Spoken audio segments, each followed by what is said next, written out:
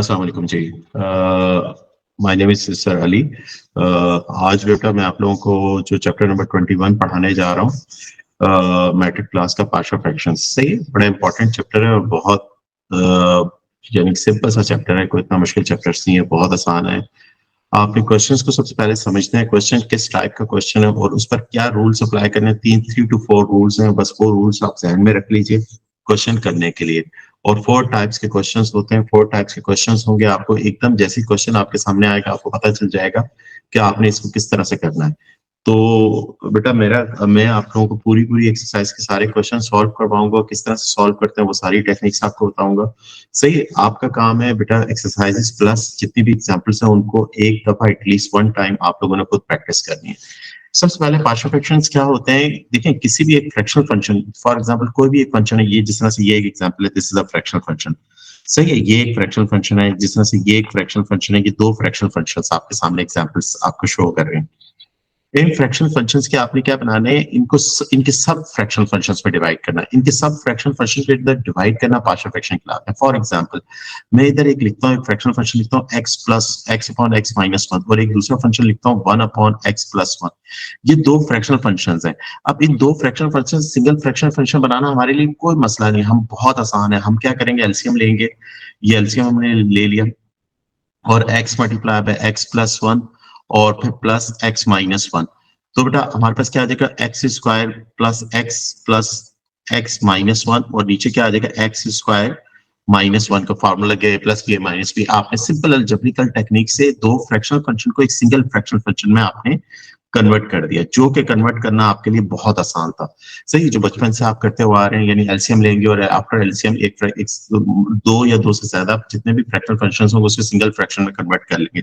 But यहाँ पर आपके अपोजिट बात है, यहाँ पर अपोजिट बात ये है कि एक इस तरह से फ्रैक्शनल फंक्शन आपको गिवन होगा, उसको इसके सब फंक्शंस के अंदर आपको डिवाइड करना होगा, यानी तोड़ना होगा। इस फिनोमेनन को पार्शियल फ्रैक्शन कहते हैं, यानी किसी भी एक फ्रैक्शनल फंक्शंस को उसके सब फंक्शंस के अंदर डिवाइड करना फ्रैक्शनल फंक्शन आपके उसके सब फ्रैक्शनल फंक्शन के पार्शियल फ्रैक्शन का फिनोमेनन कहलाता है।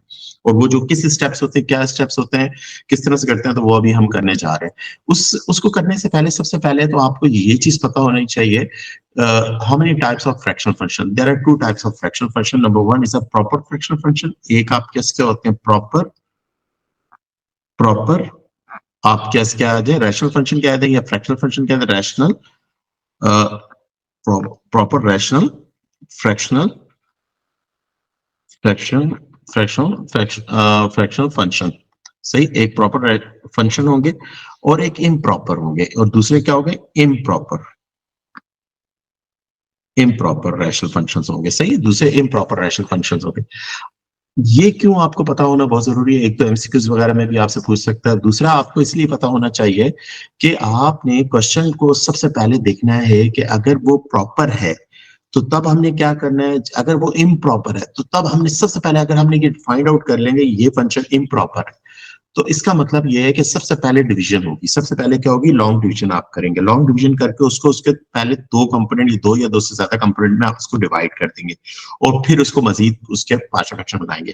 तो कहने का मतलब ये है कि आपने सबसे पहले जिसके आपने पार्शियल फ्रैक्शन बनाने, सबसे पहले आपने उसको देखना है ये वो इम्प्रॉपर तो नहीं है। अगर इम्प्रॉपर है तो सबसे पहला स्टेप क्या होता है पार्शियल फ्रैक्शन बनाने का, अगर फ्रैक्शनल फंक्शन आपका इम्प्रॉपर है तो आपने डिवीजन करनी होती है। याद रखिएगा ये बात, ये अक्सर बच्चे भूल जाते हैं।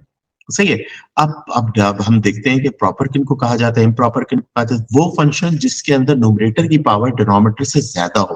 अब देखें एग्जांपल नंबर 1 में न्यूमरेटर की पावर 3 है, हाईएस्ट पावर कितनी है 3 है, डिनोमिनेटर की हाईएस्ट पावर कितनी है 2 है। सही है, तो this is a improper fraction function. ये क्या इम्प्रॉपर है, इम्प्रॉपर फ्रैक्शन फंक्शन है। सही है, ओके। और वो फंक्शन जिसमें न्यूमरेटर की पावर डिनोमिनेटर से कम हो, सही है, वो प्रॉपर फ्रैक्शन फंक्शन होते हैं। प्रॉपर फ्रैक्शन फंक्शन कभी भी डिवाइड नहीं हो सकते। वो फंक्शन भी जो फंक्शंस आपके पास क्या है, एग्जांपल मैं आपको बना देता हूँ। वो फंक्शन फॉर एग्जांपल ये मैंने लिखा 3x square plus 4 upon x minus 1 and x plus 2। अब ये अगर देखें तो न्यूमरेटर में हाईएस्ट पावर कितनी है, 2 है। न्यूमरेटर हाई और डिनोमिनेटर में अगर मैं इनको मल्टीप्लाई करूं तो हाईएस्ट पावर डिनोमिनेटर में भी 2 है। तो दैट मींस ये फ्रैक्शनल फंक्शन के न्यूमरेटर और डिनोमिनेटर की जो हाईएस्ट पावर है वो सेम है, और सेम भी होंगे तब भी ये किसकी एग्जांपल है, ये इम्प्रॉपर है। इम्प्रॉपर फ्रैक्शनल फंक्शन है, इम्प्रॉपर फ्रैक्शनल फंक्शन है, सही है बेटा।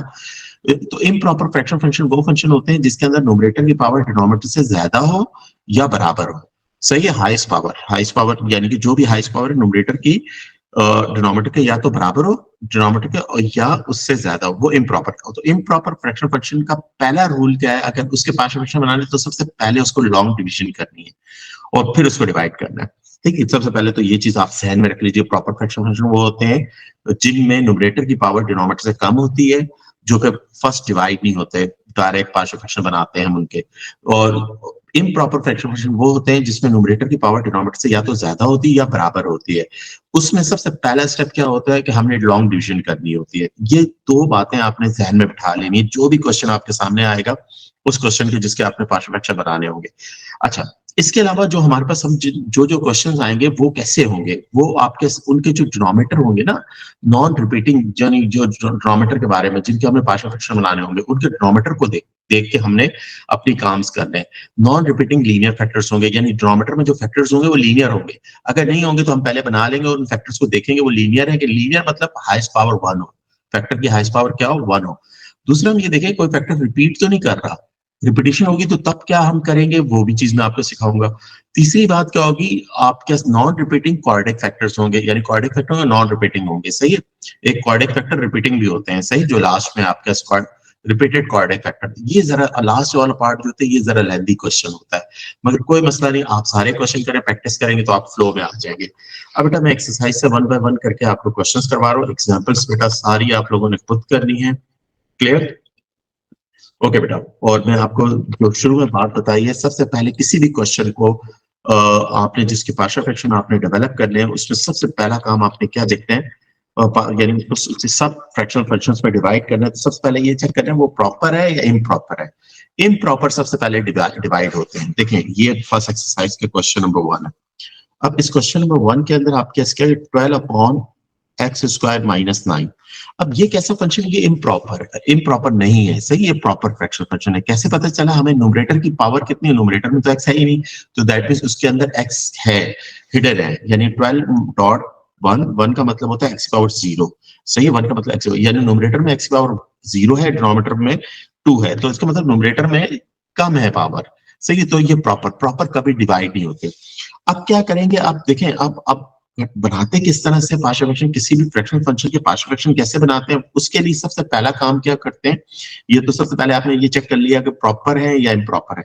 इम्प्रॉपर होंगे तो डिवीजन होगी, जिस तरह से आपके पास आपके आगे क्वेश्चन आएंगे वो इम्प्रॉपर, जिसमें आपकी डिवीजन सबसे पहले आप करेंगे, सही है। ये प्रॉपर में डिवीजन नहीं करते। अच्छा, प्रॉपर जब आपको पता चल गया कि अब आप ये प्रॉपर है, अब आपने इसको किस तरह से करना है पार्शियल, तो सबसे पहले काम है डिनोमिनेटर के फैक्टर बनाना है, अगर नहीं बने हुए तो इसके सबसे पहला काम आपने फैक्टर बनाना है। अब फैक्टर कैसे बनाना है, फैक्टराइजेशन आप सीख क्या है, इसको x² और -3 का स्क्वायर लिख देंगे। अब एक बचपन में आपने फार्मूला पढ़ा होगा, क्या कौन सा फार्मूला पढ़ा होगा, a² - b², किसके बराबर है बेटा, a + b a - b। सारे फार्मूला सारी चीजें साथ साथ लिखूंगा, आपको याद भी हो जाए, सही है। a + b a - b, सही है।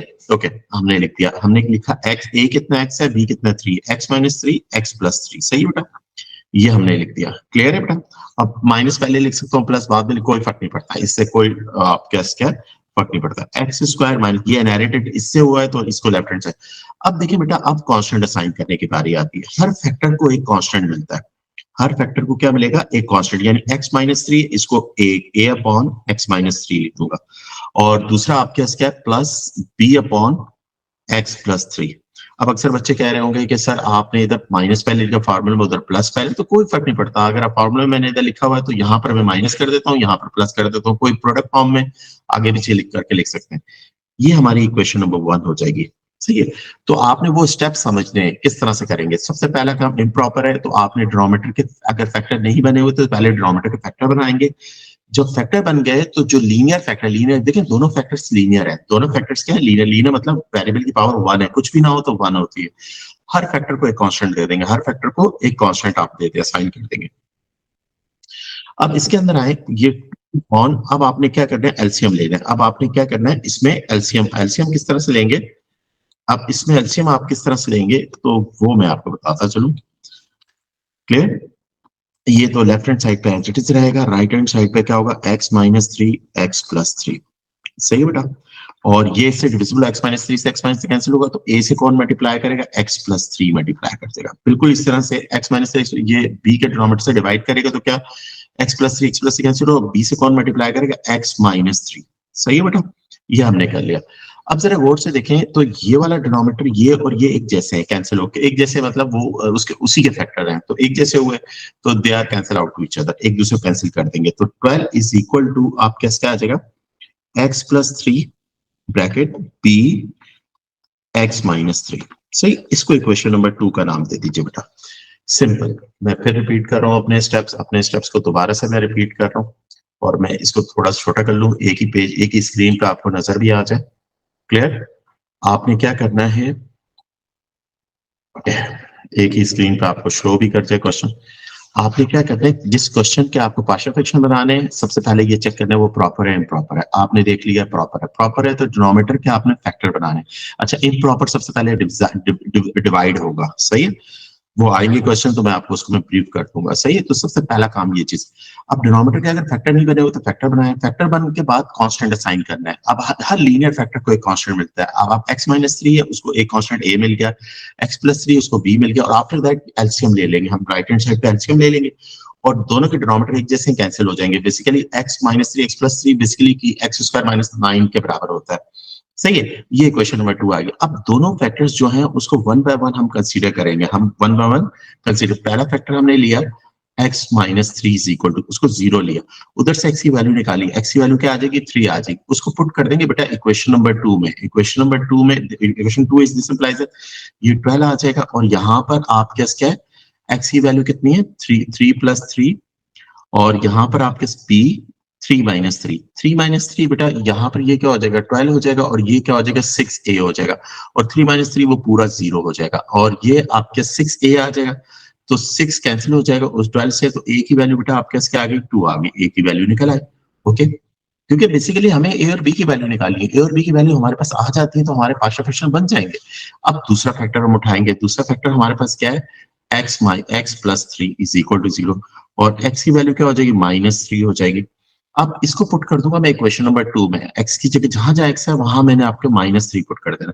तो a x की जगह इधर माइनस 3 पुट कर दूंगा, ये प्लस आप क्या हो जाएगा, इक्वेशन नंबर प्लस 3 हो जाएगा, और b आप क्या होगा, माइनस 3। अच्छा, ये 12 हो जाएगा, ये तो पूरा क्योंकि माइनस से प्लस 0 हो जाएगा, पूरा 0 हो जाएगा, और माइनस 6b हो जाएगा, और ये 12 is equal to minus 6b, they are cancel out. B की वैल्यू क्या हो जाएगी बेटा, माइनस उधर चले जाए, माइनस 2 हो जाएगी। ए और बी की वैल्यू आपके पास आ गई, इनको पुट कर दें, put it's in equation 1, E Q short form में मैं लिखता हूँ, इक्वेशन 1 में पुट कर दें। अब इक्वेशन 1 इज दिस इंप्लाइज, आप लिख दीजिए, यानी कि 12 अपॉन एक्स स्क्वायर माइनस 9, ये बेटा क्या हो जाएगा, 2 upon X minus 3, plus minus minus, B की वैल्यू माइनस 2 है, और फॉर्मूले में इधर क्वेश्चन नंबर में प्लस है, प्लस माइनस माइनस डायरेक्ट लिखें, 2 अपॉन एक्स प्लस 3। तो बेटा इस क्वेश्चन के ये दो पार्शियल फ्रैक्शंस बन गए। क्या स्टेप्स हैं, बहुत आसान से स्टेप्स हैं जो हमने फॉलो किए और पार्शियल फ्रैक्शन बनाया, बहुत आसान